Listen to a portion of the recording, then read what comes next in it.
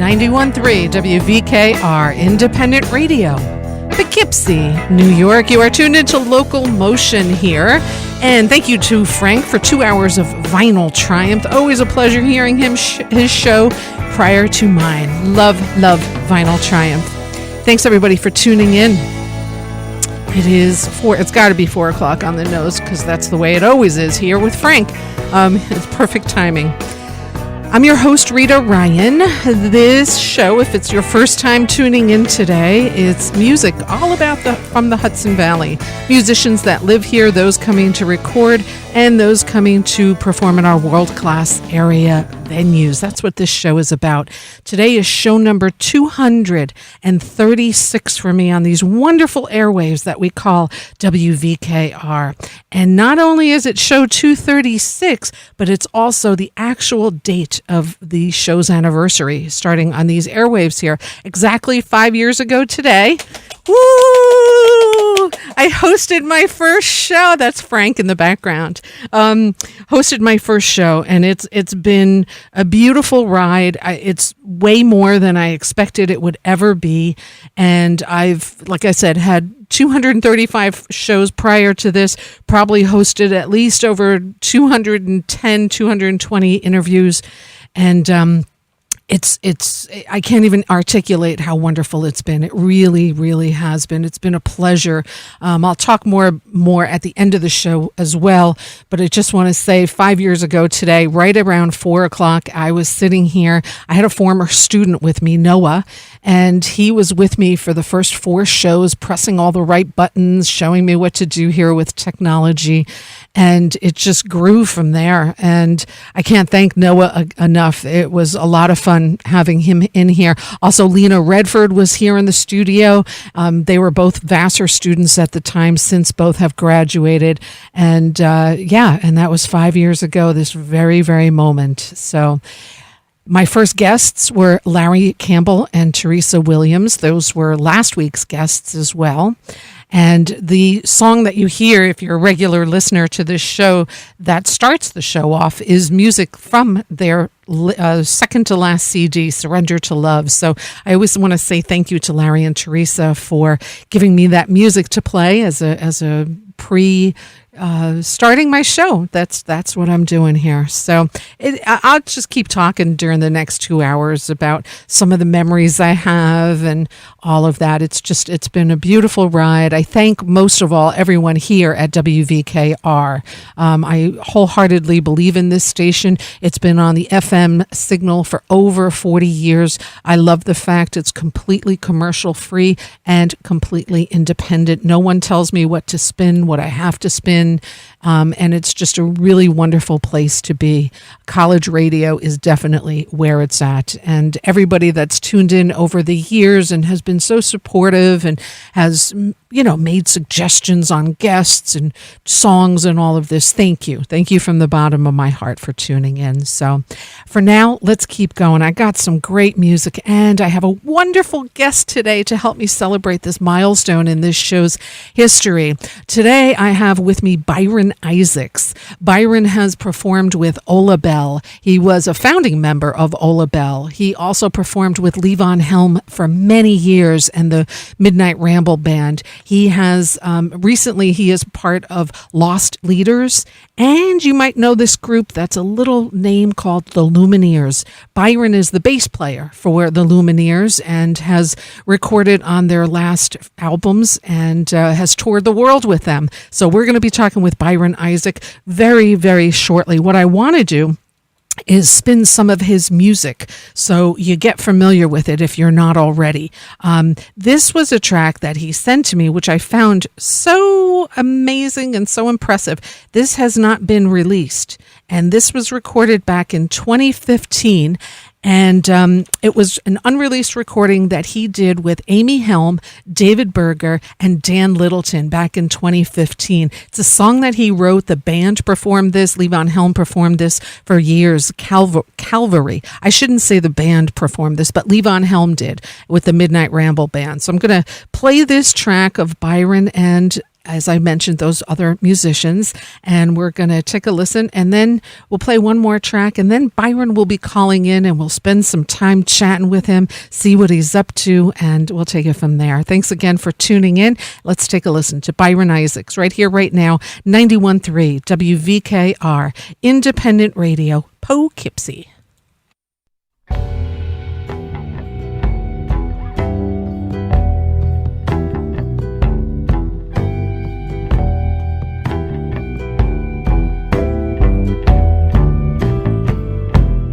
Every man will see the day that his hopes are dashed away. No word can bring him peace, no hand can set him free.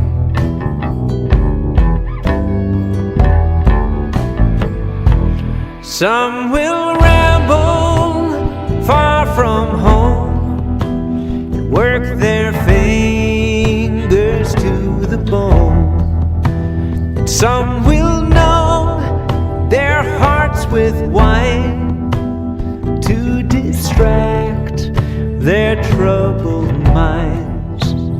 Take me down to Calvary, take me down, down, down, right on down. There's no running from your troubles, or you're sure to make them double. You will meet your destiny. Every man is Calvary. Take me down to Calvary, take me down, down, down, right on down. Take me down, take me down, take me down, down, right on down.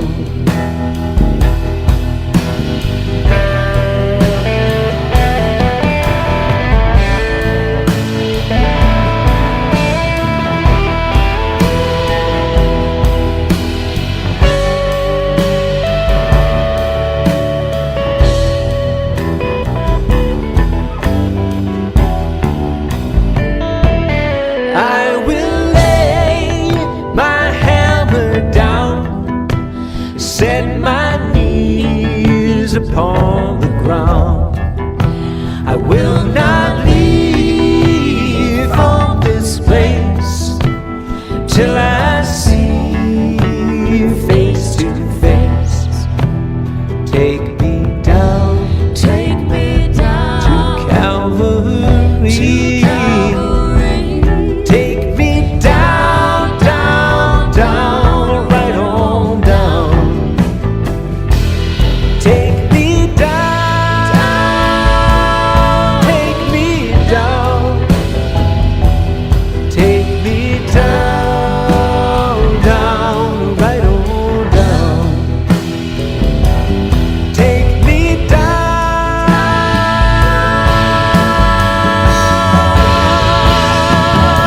take me down.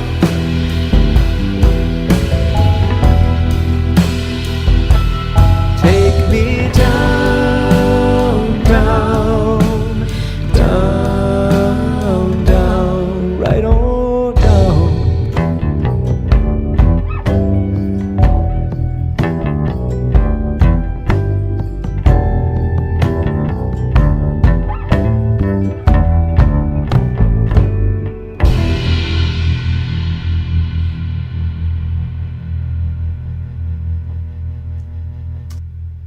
.3 WVKR, Independent Radio, Poughkeepsie, New York. Byron Isaacs, Calvary, that was unreleased recording that he did with Amy Helm, David Berger, Dan Littleton back in 2015. Going to play another song that Byron is part of, and I guess you might recognize this. Let's take a listen, and when we're done with this, we are going to have Byron on the phone. Let's take a listen more to the Lumineers, 91.3 WVKR.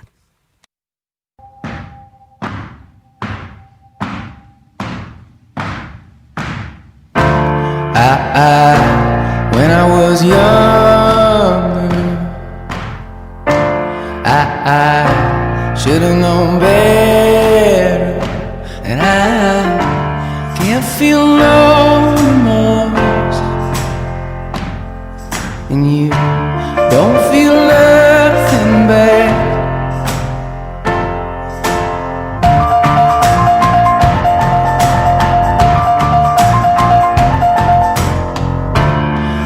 I got a new girlfriend. He feels like he's on top, and I don't feel no remorse.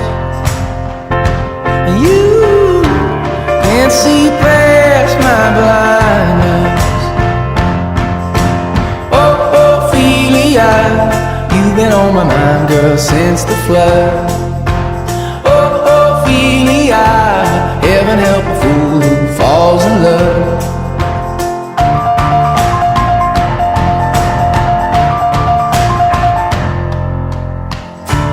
I got a little paycheck. You got big plans, and you gotta move, and I don't feel left in it all. And you feel nothing small. Honey, I love you, that's all she wrote. Oh, Ophelia, you've been on my mind, girl, like a drug. Oh, Ophelia, heaven help a fool who falls in love. Oh, Ophelia, you've been on my mind, girl, since the flood. Heaven help a fool who falls in love. Oh, Ophelia, you've been on my mind, girl, like a drug. Oh, Ophelia, heaven help a fool who falls in love.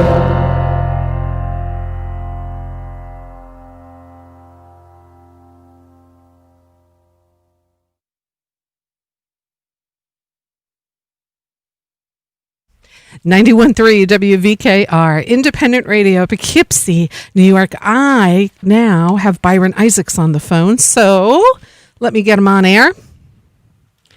Byron? Rita. Yes, we're here. We're live on air. We're doing this. We are. Virtual style. We are. 2020 I know. style. I know. It was so much nicer having guests like sit right across the studio from me, but we can't do that right now. So I appreciate you being here and talking to us over the phone and being safe. I really appreciate you having me. Yeah, absolutely. It's always a pleasure, and so nice to hear your voice. We just heard Ophelia by Lumineers, and we also heard Calvary, which is the unreleased recording. Talk about both of those, if you would, a little, please. Well, actually, there is a little bit of a through line between those two recordings in that the summer of 2015, I met the Lumineers in the recording studio, recording the album Cleopatra that Ophelia is on, and it was just a blast, and it was all high fives all around, and I was really just brought in by Simone Felice to play bass on the record. There was no talk of touring or anything, so we all gave each other hugs, and it was like, good luck with y'all's tour, and then I went back off to do all the other things that I was doing at the time, including playing with the Handsome Strangers. And so I got the Handsome Strangers together. That's Amy Helm, David Berger, and Dan Littleton. And I got them together to record for my own purposes a version of Calvary, which for people who are just tuning in, is a song that Levon Helm recorded on his Dirt Farmer album, and I had never done a version of my own, and I was being encouraged to do so by Amy, and so I got everyone together, and we were recording, and actually Amy wasn't there at this session. She was we were gonna do her background parts later, so it was just Dan and David and me, and we're at the building in Marlborough, Calvary version, and I see. And so I excused myself from the studio, and I go outside, and I take the phone, and he said, "Hey, bye, it's Cy. Listen, the Lumineers want you to go on tour with them." Whoa. And I was like, whoa, like when? He's like, well, it'll probably be starting in January, and it'll be for about 2 years. Wow. I was like, wow. And so I walked back in stunned, and there are my bandmates, and they're like, what just happened to you? And I said, I think I'm going to be gone for a couple of years. And they're like, ooh, Amy's not going to be happy about that. And I didn't have much to tell Amy right away. Aww. And when she found out that those guys knew before she did, she was furious with me. And it took a while. It took a while for me to get her ire down. Yeah. Why didn't you tell me first? Yeah. Exactly. I was like, but they were there. I didn't, but I couldn't. I just.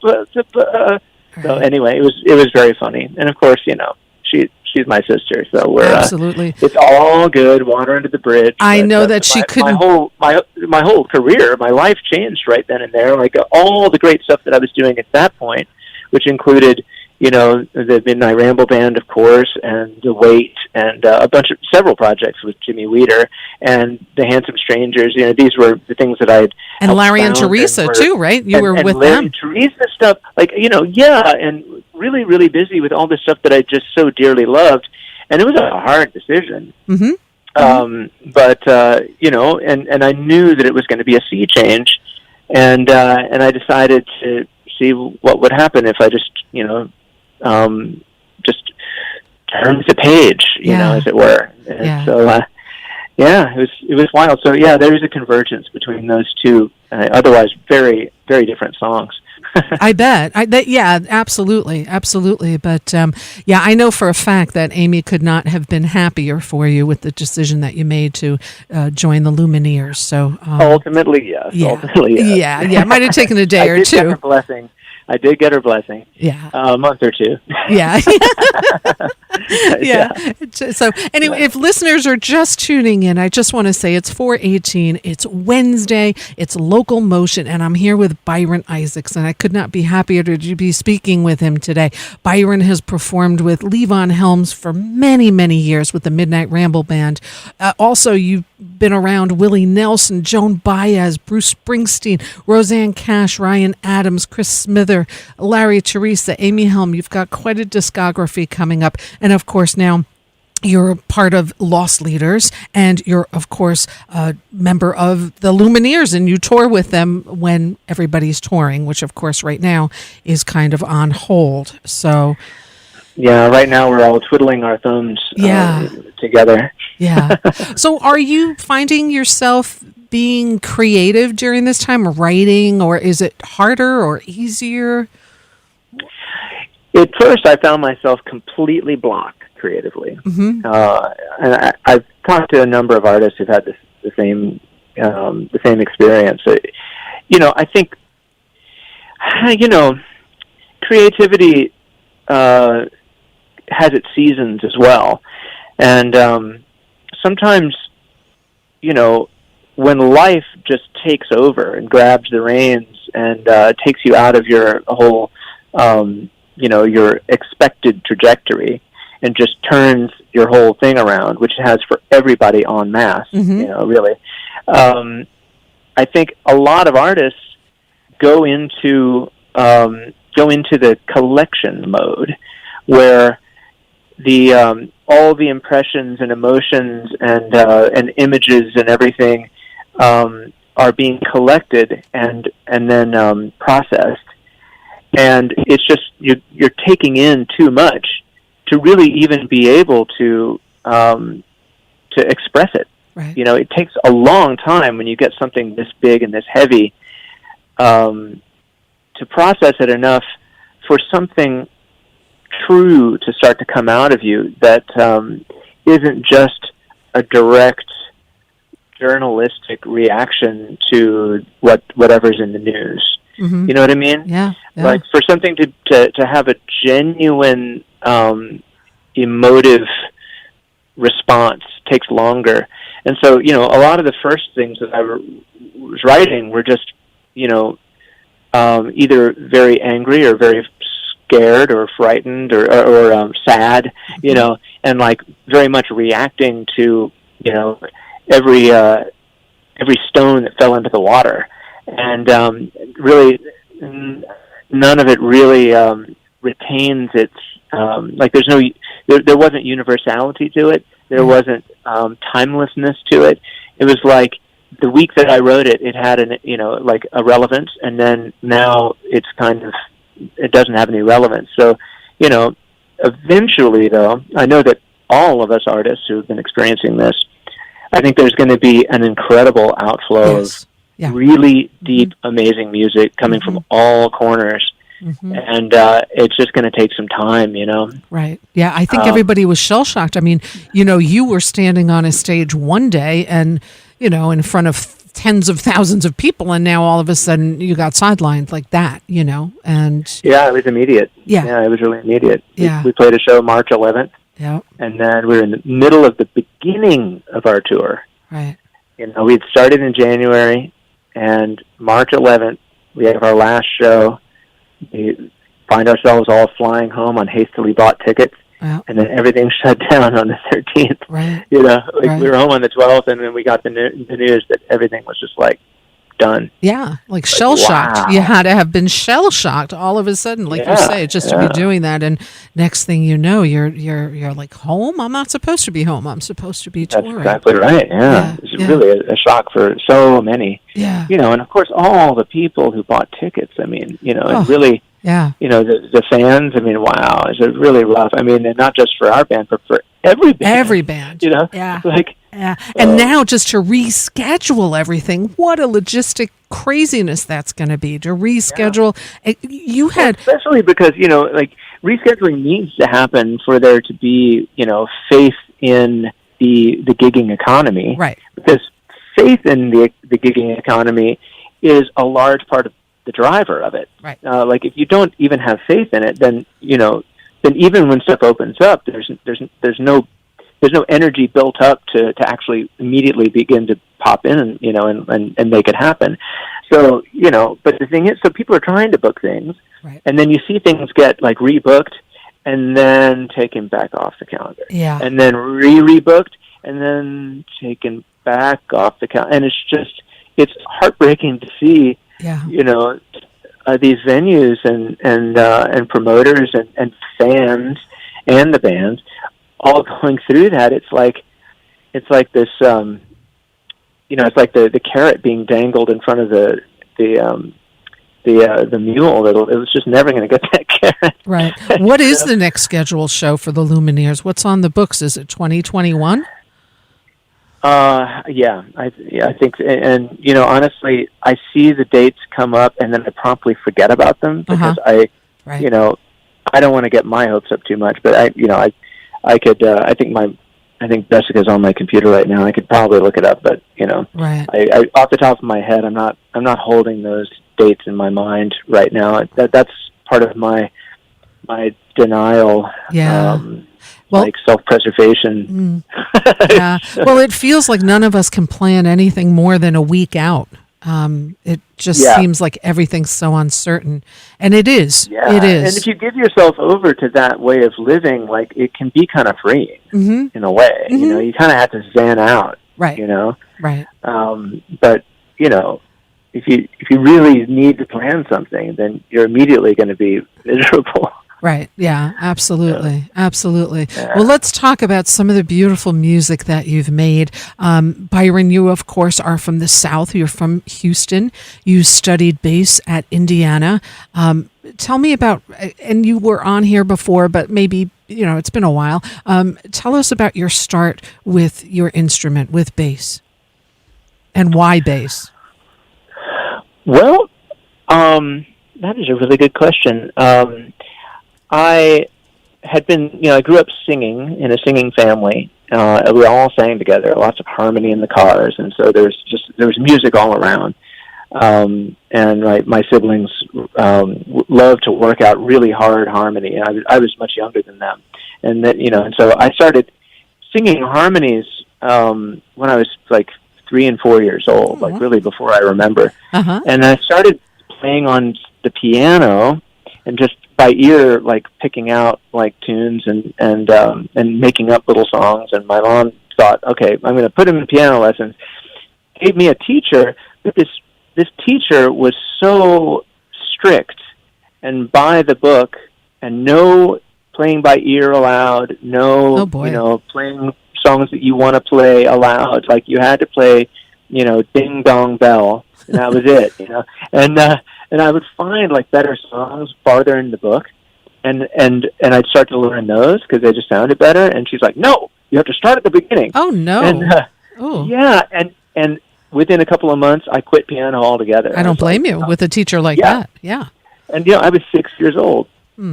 I didn't touch an instrument again until I was 16. So it was 10 years later. Wow. And I happened to discover under my sister, who is 11 years older than me, was married already, and her husband had under their bed in this big long tweed case this old Fender Telecaster bass, and I remember opening that case and just being in awe at this big, cool electric thing. It just knocked me out. I was like, wow, that, I don't know what it was, but it's just like, I have to play this instrument. Yeah. And on my 16th, I was 15, and then on my 16th birthday, he gave it to me. Oh. And so I started playing the electric bass, and then almost immediately I was drafted into the high school jazz band. And I didn't know anything about jazz. I'd never really listened to jazz. But my best friend, Matt Pavolka, gave me a Charles Mingus record.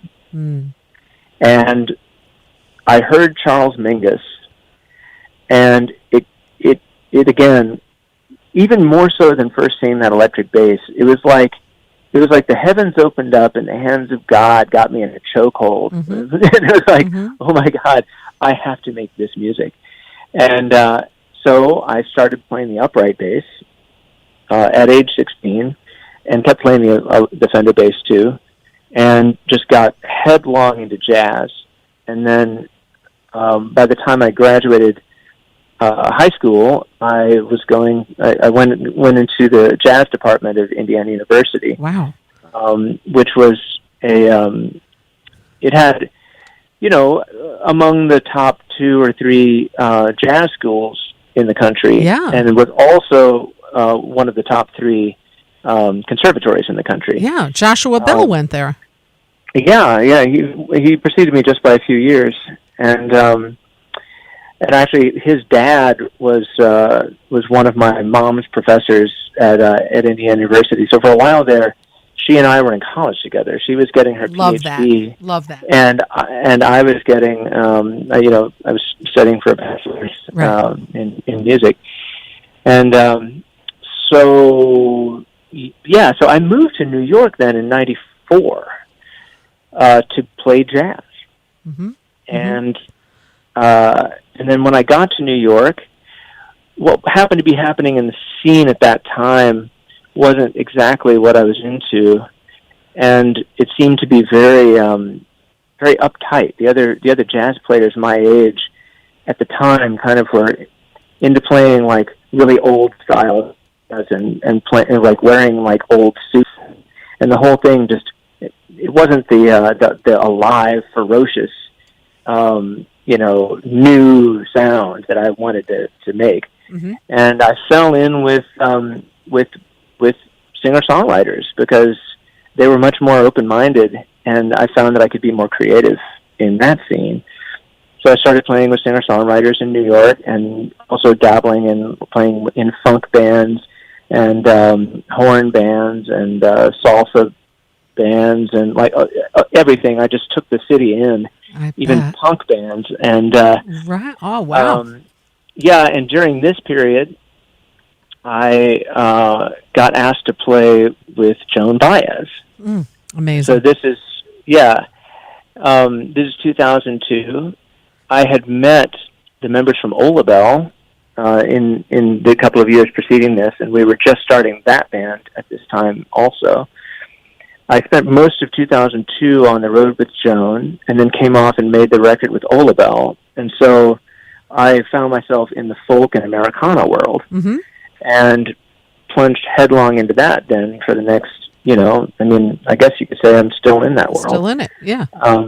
Yeah, and so from Joan, and then Olabelle kind of had its wonderful first big moment, and then we really just had a good period of time there where we were on the road constantly, and we're hoping to get some more road time together. Oh, that would be fantastic. Tell us who's in Olabelle. Tell us the members of Olabelle. So that's Amy Helm and Glenn Pacha, who is a tremendous Canadian musician who studied with Ellis Marsalis, also a jazz player, studied down in New Orleans with the Marsalis patriarch, and moved to New York. And he and I had a couple of bands that we played together in, including a band of our own called Arvo. It was sort of a Mercury Rev or Flaming Lips style art rock band. Oh, cool. Yeah. And then we also played together in Fiona McBain's band. And Fiona is an Australian singer-songwriter who's a member of Olabelle. And there was this drummer. First, David Berger, before we were really Olabelle, was playing with this group of people. And then David Berger couldn't do it anymore, and we had been sort of courting and falling in love with the drummer of a friend of ours, and this drummer is Tony Leone.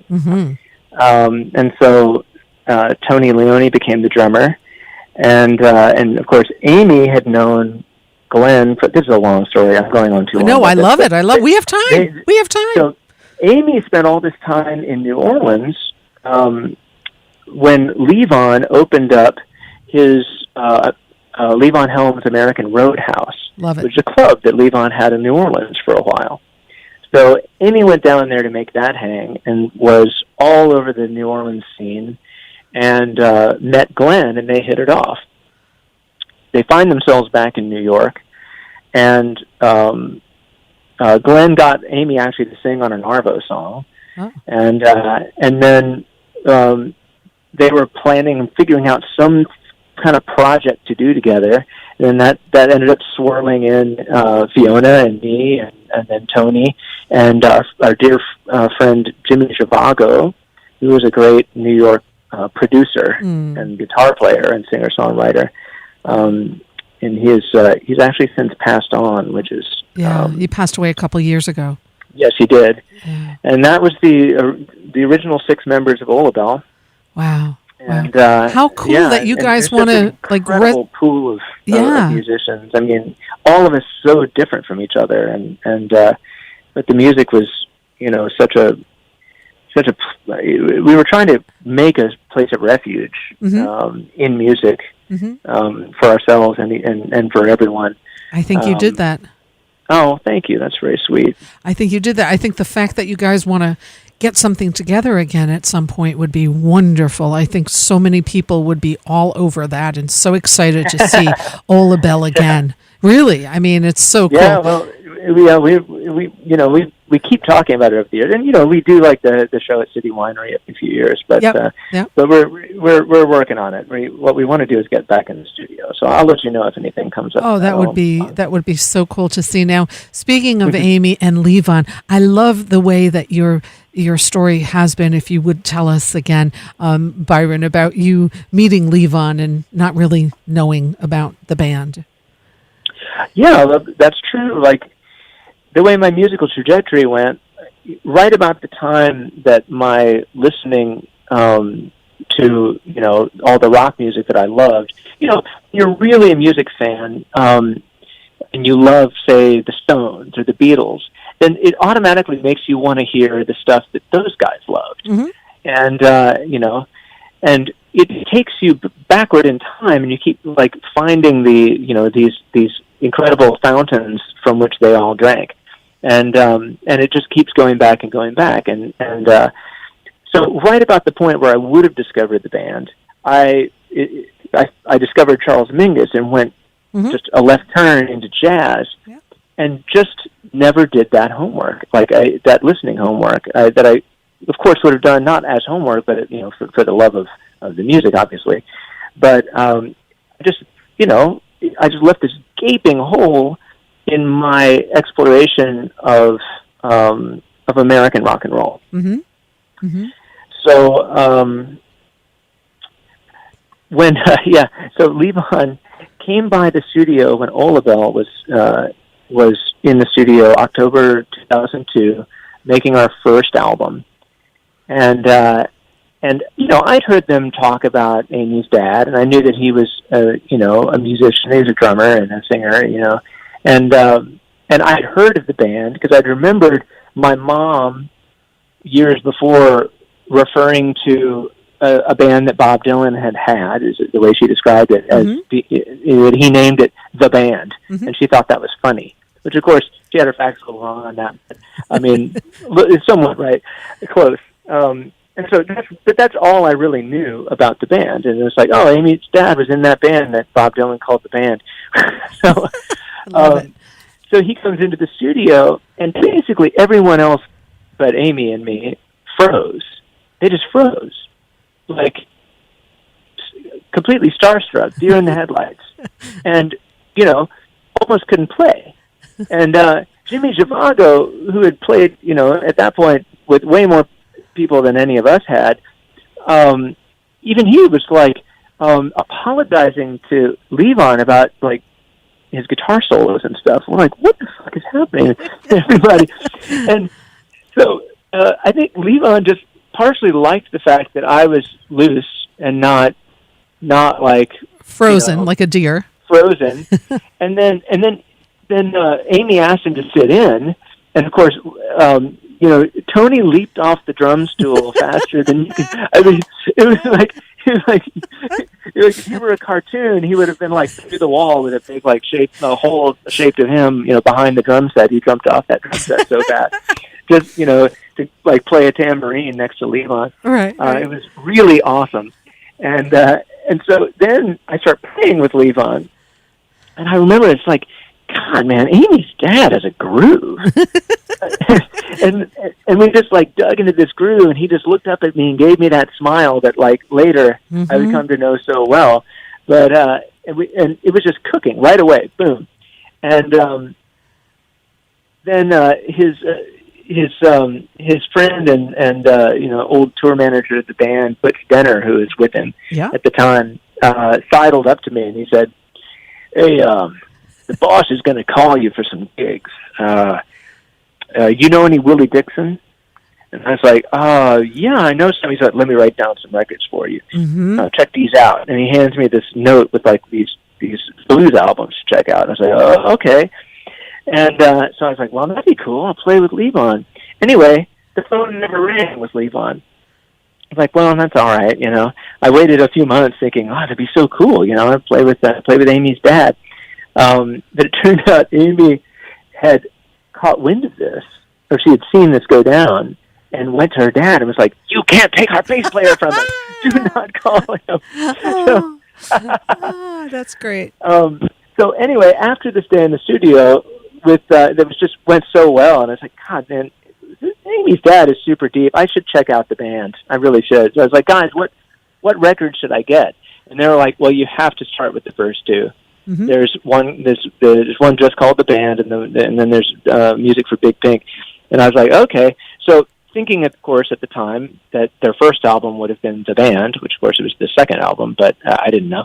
I got the Brown album, The Band, and again, that was one of the other few times that, like, the heavens opened up, and it was just, like, complete epiphany, like, holy shit. Right. I think it was Whispering Pines. Wow. Was especially the one where just, like, my skin all over my body was covered in goosebumps. And it was like the rays of heaven were shining down on me. It's like, holy. Wow. Like, yeah. What a band. I couldn't believe what I had been missing. Right. I couldn't believe that somehow, like, this hadn't already just always been a part of my life, like, in my musical DNA. Right. And so I then, of course, became, a total band acolyte. And the next time I met Levon, I froze. I was going to ask you that. I Yep. was going to ask you. Yep. Yeah. And I couldn't, I was mad at myself for it. I was like, oh my God, Byron, don't do, like, snap out of it. I couldn't. I was just like, it's him. It's him. Mm-hmm. It's the guy who's saying Triple Creek Right. and Dixie and Jemima. And I was just like, Yeah. that was it. I couldn't. You I couldn't hang. froze. You froze. Yeah. I love this. I got over it. I love got that over story. it. Yeah, you did. Yeah, you did. And you spent years with the Midnight Ramble Band. And what a memory that must be for you guys. I had Larry and Teresa on the show last week. And Oh, great. yeah, and they, of course, always, every time you talk to them, you have to talk about the Midnight Ramble. I mean, it was... Oh, yeah. Yeah, it was a yeah. decade of some of the finest music I'm guessing you guys may have ever played together with some of the guests that you had on there. It was just, must have been amazing. I mean, I saw a few of the shows, but you were there for most of them. So that was... That was the greatest experience. That was worth, I don't know, 10 PhDs in music. Yeah, I bet. Do you remember like any of the guests that they had that like stick out in your mind, like a handful that was just my God. We had John Prine and Emmylou Harris and Elvis Costello and Chris Christopherson and Mavis, right? Mavis was there? And oh my God. Mavis came with her band. Oh my God. And we spent 2 days recording an album with our bands meshed together. Oh my God, I can't even. Oh, geez. Yeah. And that album got stuck in a limbo because of like label stuff that could really get to the bottom of or understand. Oh. It had nothing to do, like, both Mavis and Levon desperately wanted to put the album out, but like he had his label and she had her label, and no agreement could be made, and it just got shelved to be decided later. And then Levon passed, right? And then I don't know. It seems to just be stuck out there somewhere. Oh well, I hope somebody gets their act together and gets over this business crap and gets something like that out, because I know it was amazing, and the recording of that record was out of this world. There was a moment where we were recording, and I'm trying to remember what song we were doing, but it was what was it? I'm trying to remember. It was either late spring or early summer, and it was this bright sunny day, beautiful. And we were recording this, oh, God, I got to ask Amy what song we were doing when this happened. But suddenly we started to hear this incredible thunder on the roof. And we realized, we looked outside and it was hailing. Whoa. And so, of course, it was too loud because it's a tin roof. Yeah. It was too loud to keep recording, so we just stopped. And then we all walked out onto Levon's big porch there, onto the carport. Yeah. And we're all, like, lined up there. And Levon comes over to Mavis and starts singing, Aww. "Didn't it rain? Didn't it rain? Hallelujah! Didn't it rain?" And then Mavis starts into it, and then suddenly they're doing this whole like with harmony and everything, singing this song just while the hail is coming, and then watching the hail trails off and stops, and the sun comes back out, and it was one of the most magical musical memories of all time. I mean, and then we all went back in and continued to record. Did none anybody of us could believe it. I mean, we're all in awe. Did anybody get that on video or anything? Yeah, Eric Lawrence has that. Oh, he does. He's a portion of it. He's a little part of it. He managed to capture. Mm-hmm. And if you get him in, maybe you can see if he'll share that with us. Yeah. I would like that. I've had him on before. Would love to have him back. So yeah. Yeah. Oh, that's so cool. So cool. So many great things. So you were kind enough to post on Facebook yesterday. If anybody had questions, because you were going to be on the show, and I don't take calls just because I have you on the phone. I'm not going to put you on hold and It just gets to be too much. So I have a couple of questions from you that are from your fans. So I want to get them out there. And one of them comes from Mark McGrath, and it says, most memorable on-stage moment. And I'm guessing you have had quite a few, so you don't have to just say one if there's a few that come to mind. Well, wow, yeah, that's hard. I bet. Well, I guess one would be the members of Ola Bell got a house band for a tribute to Bruce Springsteen show at Carnegie Hall. Put on by the people who Michael Dorff and the some of the people that are behind City Winery. Did this whole string of incredible tribute shows at Carnegie Hall. They did a Joni tribute, they did a Neil Young tribute, and we got to be the house band on both the Neil Young tribute and on the Bruce Springsteen tribute. And anyway, we heard a rumor that Bruce might show up. Oh. And so it was us and Orrin Blodow from a guitar player who has the band Elysian Fields, who were in this house band. And Orrin said, guys, we have to have Rosalita in our pocket just in case, in case Bruce comes up and wants to play. And so we were like, okay. And so we learned the song and practiced it a little bit. We didn't have much time because it was the day of the show. And we're going up and we're doing all these. And then, sure enough, Bruce shows up. Wow. Comes out on stage, and Orrin's like, hey, you want to do Rosalita? We got it. And he's like, I don't know. And then he's like, I probably it's best if I just do this. And then he says, and then he stops playing. And he says, hey, these guys behind me say they got this. Let's see if they really got it. He turned around and was like, take it away. And we played Rosalita with the boss at Carnegie Hall. Beautiful. Wow. And when we hit the bridge, which is this weird, it goes to this very expansive section. The chords all change. Like the bridge of that song, it goes off on this whole other direction. And he turned around when we got it right, and we hit it just right. He turned around, he's like, yeah, man. Oh, man. What a beautiful memory. Yeah. Yeah. But I have to say, 99% of the times I was on stage with Levon, I would put right up there with that memory of Bruce. Yeah. It's hard to pick. Yeah. Because nobody brought the energy like Levon. Right. Levon, I can't say enough. I probably shouldn't gush too much, but honestly, no, you should. I worked so hard to try to keep up with Levon, keep up with his energy. He kicked everyone's ass on that stage. Yeah. He was like a fireball. Yeah. And, he was, to look at him, he was, little guy. He was 120 pounds and, looked frail, but not when he was playing and singing. No. Boy, he was ferocious. Yeah. And that taught me never, ever, ever, it's not just don't phone it in, but don't skate for even a second, because he had a kind of focus that was relentless. He would not let go of his focus.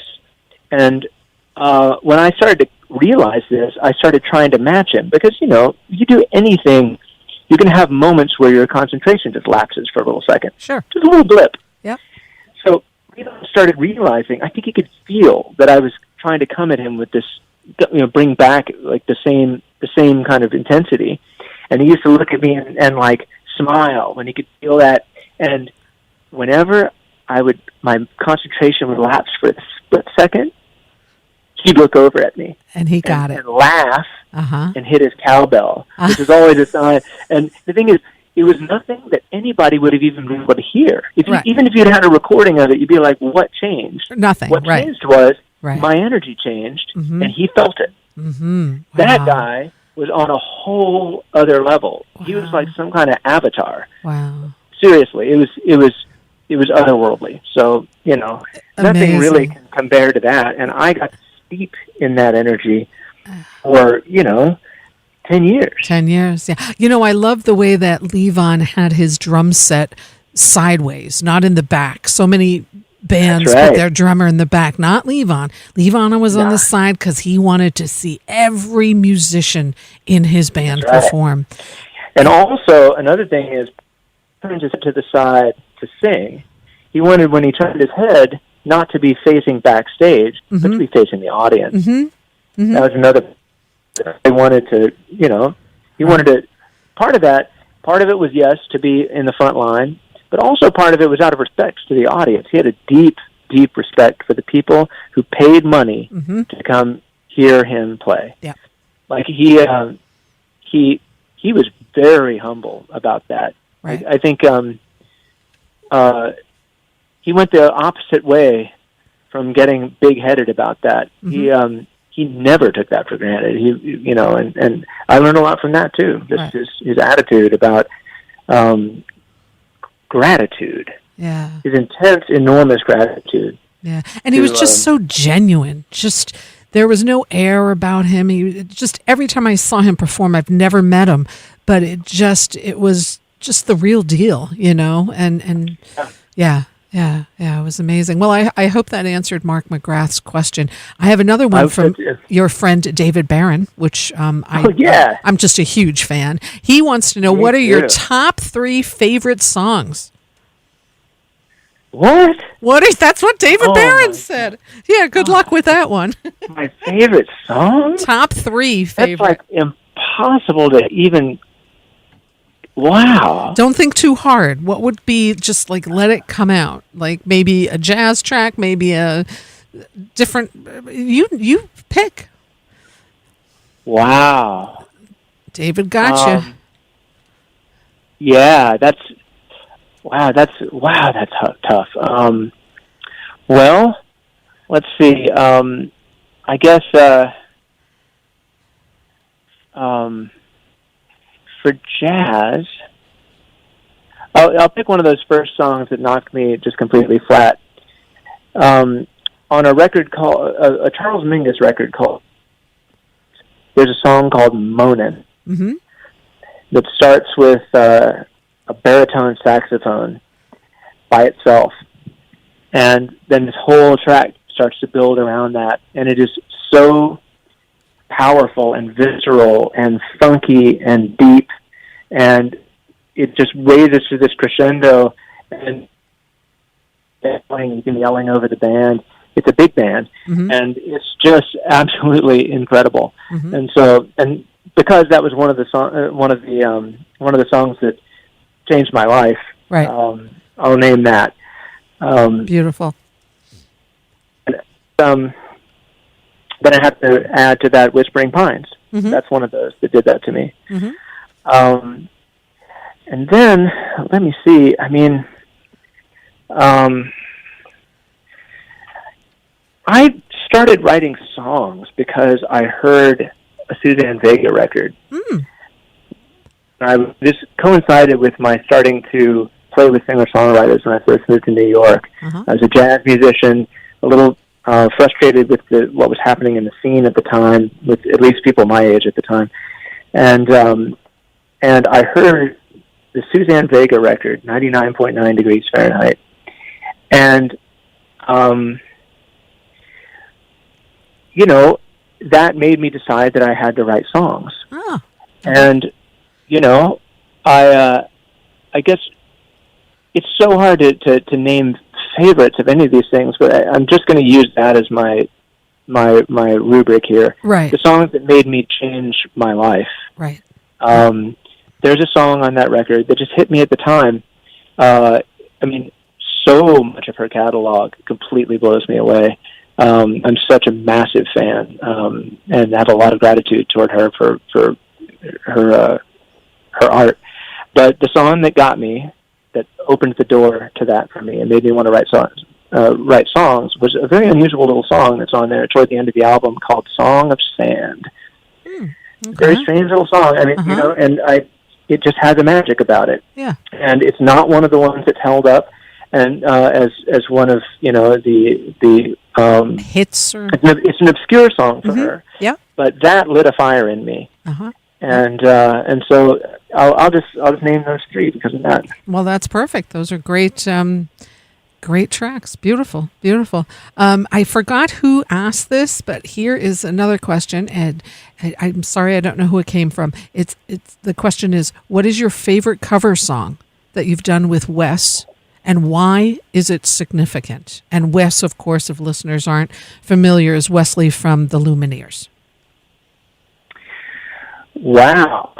Well, we have done a handful of covers. We've done a great Bob Dylan song, the Subterranean Homesick Blues, and an incredible Tom Petty song called Walls. We did a cover of Elvis's Blue Christmas. I've done two different band songs with him, The Wait and Ophelia. And I'm trying to think what else. I'm sure that there are more. If I could rack my brain about it. Back, yeah. Maybe I would have to choose of all of those. I just love Tom Petty so much, and Wes and I both love that album that Walls comes from, and Walls is just such a singular song, and it's on this album that I think people have caught on to it now, but when it first came out, it wasn't really, nobody really caught on to it because it came out as a soundtrack album. Mm-hmm. It came out as a soundtrack album for She's the Woman, which is a movie, it was a Jennifer Aniston vehicle. Oh, okay, yeah. And so this album comes out, soundtrack album. Nobody really paid much attention to it. I think Walls might have gotten some radio play, but it wasn't taken seriously as a Tom Petty and the Heartbreakers album, only because it was a soundtrack album, but it is a monster sleeper of an album. Wow. And Walls comes from that, and actually another song from that album, Climb That Hill, Lost Leaders covers. Mm-hmm. So from that same album. That's a real little treasure trove of great little nuggets. Oh, nice. He does a Beck song. Tom Petty covers a Beck song on there. Mm-hmm. He covers a Lucinda Williams song on there. Wow. Yeah. And then he has a few other just like really masterpiece songs. There's one called what's the name of that? Hung Up and Overdue. A real kind of an unknown, obscure Tom Petty masterpiece on that same album. Mm-hmm. So I might just say that Walls is my favorite cover. Awesome. That I've done with Wes. That you've done with Wes. Yeah, great. Now, you guys didn't record that. That was done live at a concert, yes? Did we record that? We might have recorded that. Oh, okay. I feel like we did record that in sort of an impromptu way, but I think that we do have a version of that around somewhere that we're going to do something with. Oh, very cool. Nice. Yeah. Wonderful. Wow. Let me just tell listeners that it's 4:59. You're tuned into LocalMotion. I've got Byron Isaacs here on the phone with us. And I have one more question from Facebook from your friend Perry Gallo. Who does your hair? He does my hair. Yeah, that's good old Perry, And of Well, course, I'll please, just say you don't have to answer, but it's, Mother Nature has a sense of humor. That's yes. all I have to say about that. Yeah, especially in the Thanks for that, summertime. Perry. Yeah. We had to have a little bit of that in there, so that's so cool. Now, Lost Leaders, which is what I'm going to spin after you and I are done talking. You've got quite a few wonderful albums out with them, with you and Peter Cole. Promises, your last release. I'm going to spin I Will, because I love that. I Will Fulfill. Oh, fantastic. Yeah, Great. yeah. Talk a little bit about Lost Leaders, which of course you're heavily involved in. You're half of Lost Leaders, Peter Cole being the other half. Yeah, that's right. I met Peter in the late 90s, and we've actually met playing jazz. And we both were feeling like jazz refugees, and so we decided to just, stop playing jazz together. And so he and I have had, over the years, many different incarnations of a band with sort of different focuses. The first band that we put together was kind of a power pop band. And then later we got together and a very straight up Americana thing that we called Lowdowners.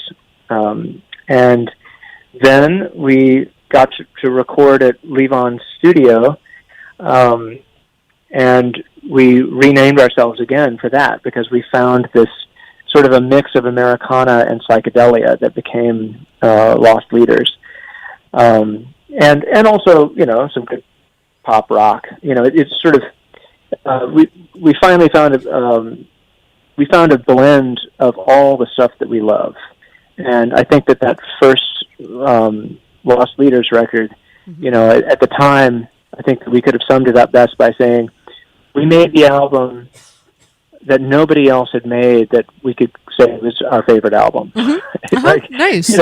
And this was the self-titled ones you're talking about. That was the self-titled album. Yep. And then we got to work with the great David Byron. Yes. We did an EP with him, and then we did the Promises album, a full-length album with him, and that is just a joy. Yeah. Working therein is it's pure demonic glee. I am a huge fan of his. Everything that man has put out. I mean, I don't use the word genius lightly, but he is a musical genius, I believe. I'm right there with you. Yeah. I'm right there with you. Yeah. No. What a monster. And also just what a fun and funny guy. He's a joy to be around. He's so fun to work with. So full of ideas. He gets so excited like a little kid. And he's just such a tremendous, genius. He's a genius. Yeah, he really is. He loves what he's doing. He's absolutely, every time I've talked to him, he is passionate and fully immersed into whatever project he works on. I know that he just posted, because it's on social media, just worked with Shania Twain. Yeah. So, saw that. He's doing all kinds of fun things. Yeah. I mean, the cat's getting out of the bag. Like we're not going to be able to keep our David Byron to ourselves anymore. Well, we're going to have to just kind of keep him in Woodstock. I know he's. And I have to say too, because he works a lot with Simone Felice. Yes. They are an amazing duo together in the studio, co-producers. Mm-hmm. And I've gotten to work on a few things with them as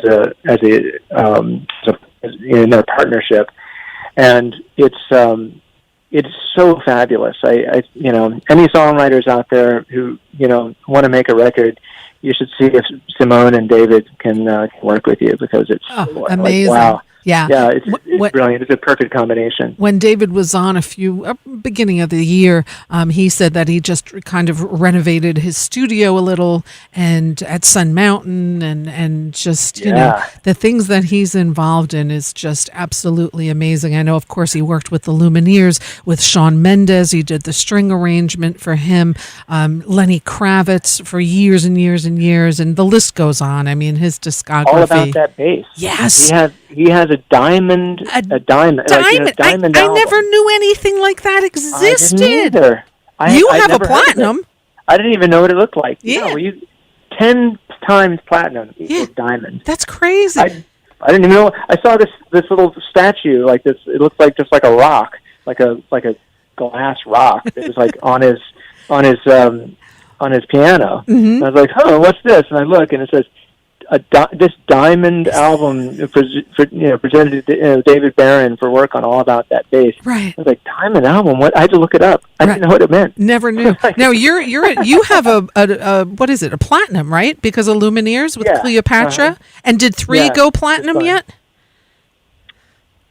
I haven't heard. I honestly, I never pay attention to that stuff. It's fun when you get something in the mail. Good for you. Good for you. I love that.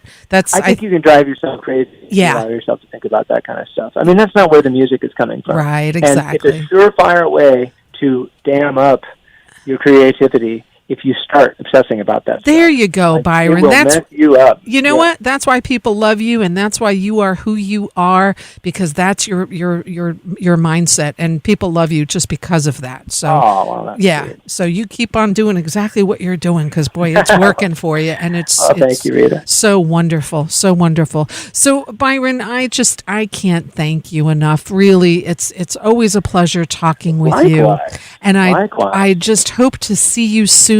Even when it's a little something, maybe you'll, I don't know, come up to play something on the deck of the Falcon, or I don't know, something fun with Lost Leaders. We were just talking to Tony Falco about that the other day. Perfect. Yeah, I will let you know. Yes. I'll let you know. Yeah, that would be wonderful. We would love to see that. And, it's a hard time for the smaller venues out there right now, right? So I always say especially the smaller, the local musicians, they're not signed or anything, you can still support musicians. Go to their websites, buy merchandise. If they're live streaming, maybe contribute a little bit. And the same with the venues that are slowly opening up. And they're opening up outdoor seating, socially distanced. Everything is done smartly. But at least, I don't know, I've been to the Falcon maybe 3 times now for music since they've opened up. And it just feels... Did you get to see the Restless Age? I did. They were the last band I saw in March, and the first band I saw when music opened back up. So it was kind of... That's fantastic. Yeah, very cool. And it just feels like a little bit... My favorite band. I love them. They keep getting better and better. And oh my gosh. Their harmonies are just spectacular. Their songwriting... They're insane. Yes. They're insane. Of course, you have a family member in Restless Age as well. I do. Yeah. My uncle, Will Bryant. I love it. Uncle. I love it. No, he's my nephew. Yeah. He's your nephew. Yes. He's what a talent he is. What a talent. Oh my God. He's beyond. Yeah. Yeah. He's done some stuff with David Byron. I was just going to say that. They did a song, Whispering or Whisperer. No, not Whisperers. Moonlight or something. Something like that. Yeah, that's right. It's beautiful. Oh my gosh. It is. Yeah. Will is out of the park. Yeah. And so out of all those guys too. My God. Yeah. What a band. Yeah, they really are. I mean, all singing like that, all writing like that, like oh my gosh. Yeah, and so young. Falco and Brandon Morrison. Yeah. Wow. Yeah. Oh, God. Terrific. What an embarrassment of talent. Yeah, no, it's just so good. And they're so young. And of course, they were the backup band for Donald Fagen a couple of years ago.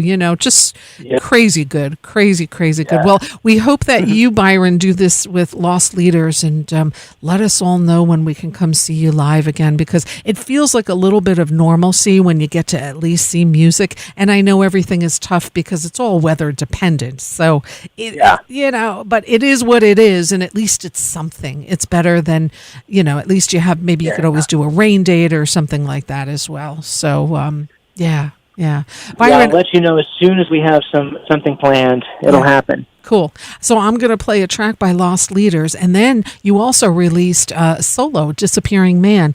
And what track would you like me to play from that? Because I'm going to let you play DJ.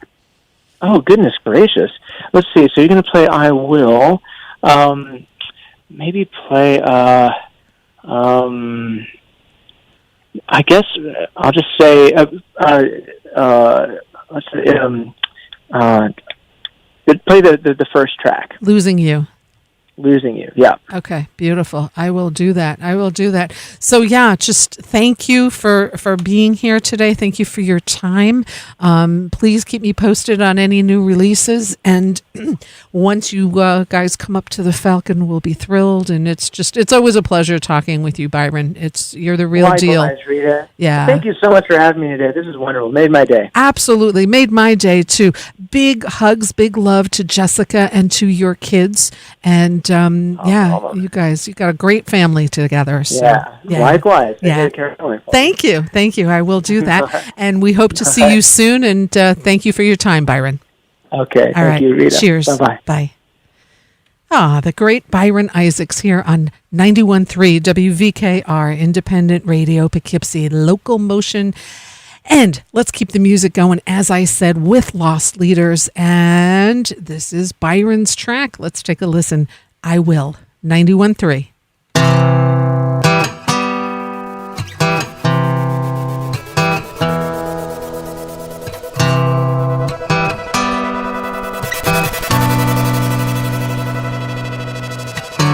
Lights come on, it's a new dawn. Come on, someone give me a name. If you prefer a him or a her, just give the word okay. Now it's time to say hi to you AI guy. I'm not shy, I'm just dry as a bone. But soon you'll find, like a child's mind, I'm designed to grow.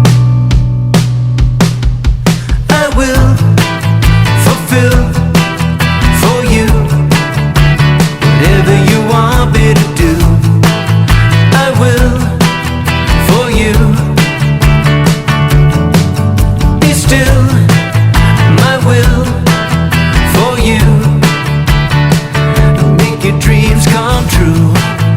I will for you. Take a vacay with your bae, couple of days, hey, okay, I got your back. It's no problem, brother, got your job covered, it's a snap. Oh, I went online, blew my mind, it's like I was blind, now I find I can see. Too much, what a rush, I'm opened up, I'm free. I will fulfill for you whatever you want me to do. I will for you. Be still, my will for you. Make your dreams come true. I will for you.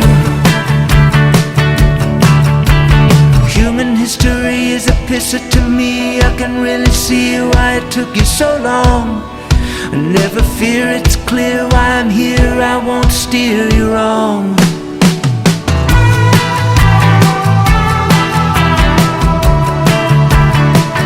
Make your dreams come true.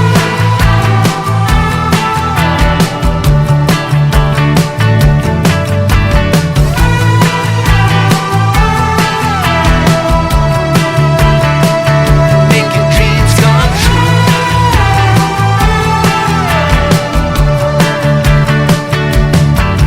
I will fulfill for you whatever you want me to do. I will for you. Be still, my will for you. Make your dreams come true. I will for you. Make your dreams come true.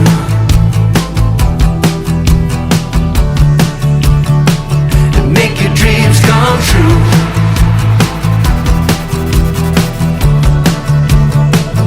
Make your dreams come true.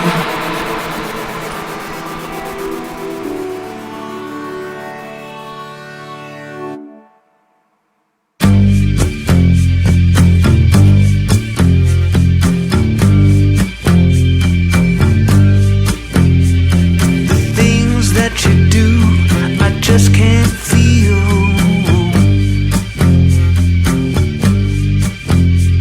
The things that you say, they just ain't real. I'm losing you. I'm losing you. There's nothing on the table. There's nothing in the bed. There's nothing in your eyes. It's all in my head. I'm losing you. I'm losing you. It's going down by degrees and I'm out in the threes. I'm losing you.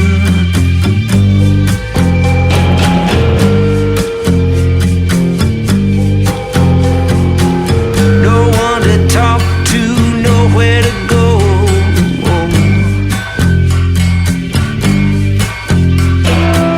Everyone act like they don't know that I'm losing you. I'm losing you. You got me on the run. You got me on the ropes. You got me peeping and I'm hiding and I just can't cope. I'm losing you. I'm losing you.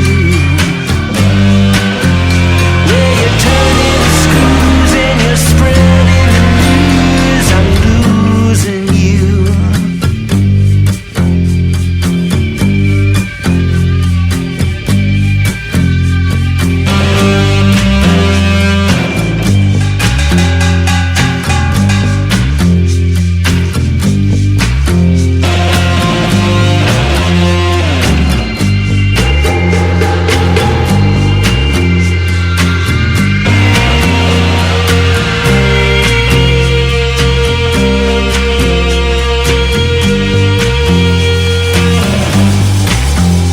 There's a hole in the night where the rain comes in. There's a hole in my life, let me say it again. I'm losing you. I'm losing you. Where you're turning the screws and you're spreading the news. I'm losing you. I'm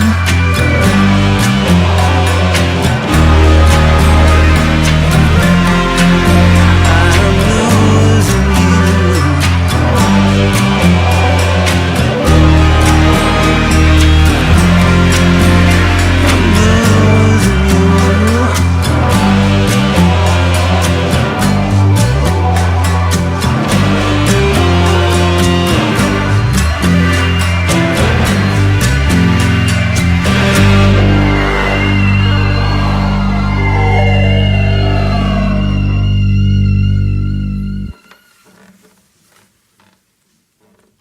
.3 WVKR Independent Radio Poughkeepsie. Byron Isaacs, his solo work, Disappearing Man. We just heard Losing You. This is a wonderful record. Came out on Cosmic Trigger Records. And I just talked to Byron for over an hour, and I forgot to mention his website to keep up with him, byronisaacs.com. Also, he's got a music page on Facebook. Again, byronisaacs.com. And he's also known on Instagram as The Byron Isaacs.